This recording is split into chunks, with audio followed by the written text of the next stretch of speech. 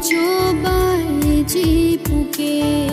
nang pansing pajerdang apike boche rablo nang pu aseme lengda pohelo le lonon ke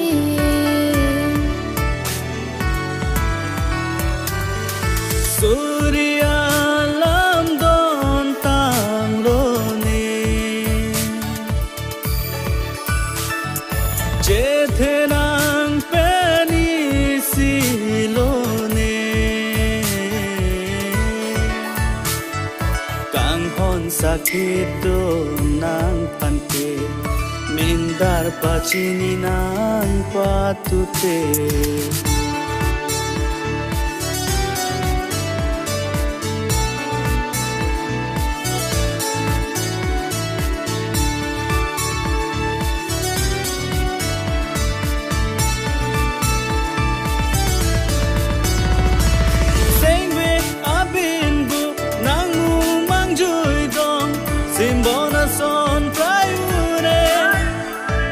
Itum seng chehan mon samur liang tong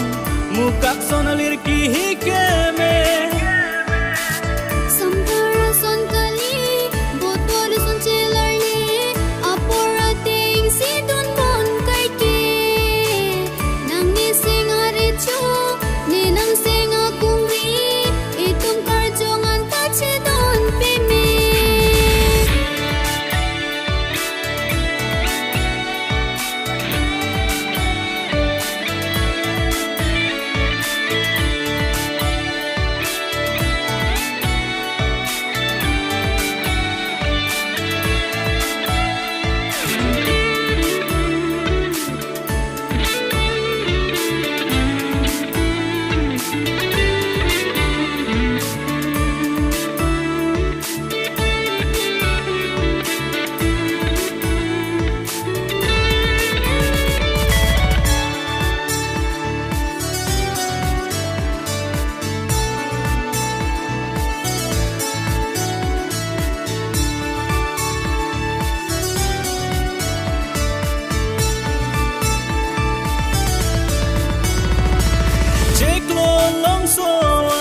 atur panggumpen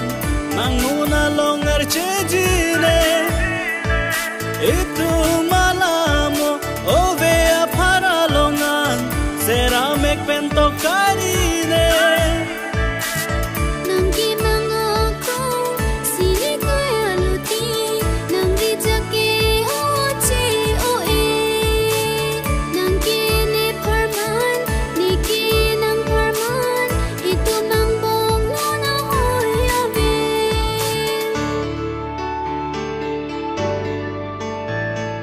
kroi un it coba jipuke nang pansing pajerdang